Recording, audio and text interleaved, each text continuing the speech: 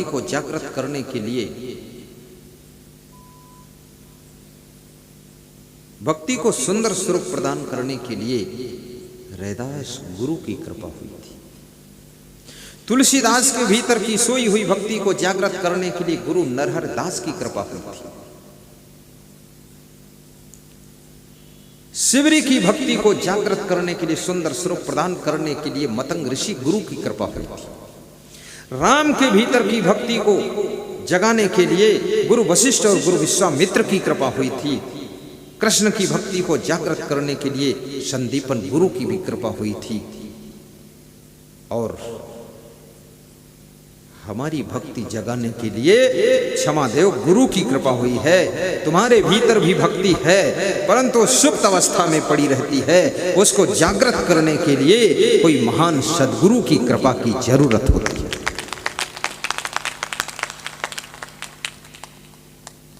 आपके घर में दाल चावल सब्जी आटा सब कुछ रखा हुआ है, मिर्च मसाला सब है, तेल घी शक्कर, लेकिन उसको भोजन बनाने के लिए किसी स्त्री, किसी रसोइया की कृपा की जरूरत पड़ती है, तब वो भोजन बनकर तैयार होता है।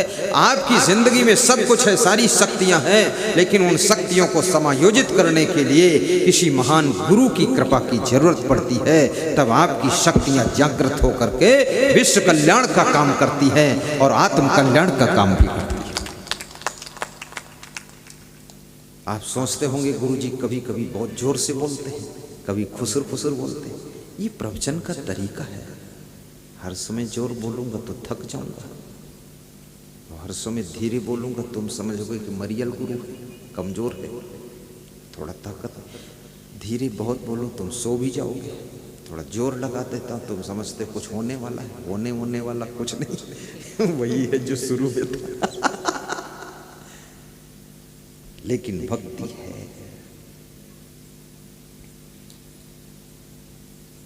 गुरु तुम्हारी भक्ति की दिशा को भी मोड़ता है, बहुत बड़ी बात है। मैंने चोरों को भी देखा है भक्ति करते हुए। कुछ ना पत्थर पर फूल वूल चढ़ाते हैं और सावन के महीने में बेल पत्र तोड़ करके चावल थोड़ा डालकर और दूध भी थोड़ा 100 ग्राम शिव जी के कोई भी पत्थर हो लोग उसको महादेव मान लेते हैं। हिंदू धर्म में 33 करोड़ देवी देवता है, इतना किसी धर्म में नहीं। धन्य है हिंदू लोग। और मुझे आश्चर्य भी होता है कि 33 करोड़ देवी देवता, और हिंदू कितने होंगे? ज़्यादा से ज़्यादा 110 करोड़ होंगे। तो एक एक हिंदू पर 4 हिंदू पर एक देवता लगा हुआ है, और फिर भी हिंदू दारू पी लेता है। कमाल है। अब जितने नर नारी हैं उतने देवी देवता की जरूरत है। एक एक स्त्री पर एक एक देवी खड़ी रहे तो ही कंट्रोल कर सकती है।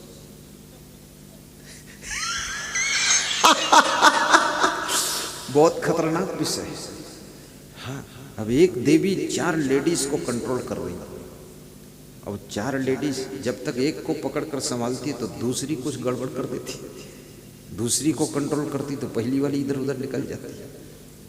एक एक पर एक एक लगाना पड़ेगा, तब आनंद आ जाएगी। लेकिन मैं ये कहता हूँ, देवी और देवता की पूजा करते करते आपके अंदर भी देवी की शक्ति जागृत होनी चाहिए। आपके भीतर सोया हुआ देवत्व जागृत होना चाहिए। आपके अंदर ही देवी और देवत्व की शक्तियां पड़ी हुई है।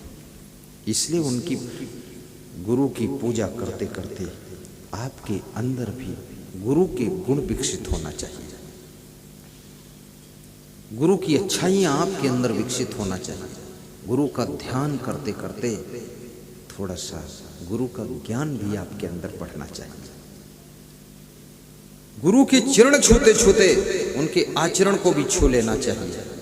उनका चरणामृत लेते लेते उनका वचनामृत भी पान कर लेना चाहिए। याद रखना, जो चरणामृत मुख से पान करता है और वचनामृत कर्ण के द्वारा पान करता है, उसकी जिंदगी को कोई पतन की ओर ले जाने वाला नहीं है। चरणामृत और वचनामृत आपकी जिंदगी को बचाने का काम करते हैं, इसलिए उनका वचना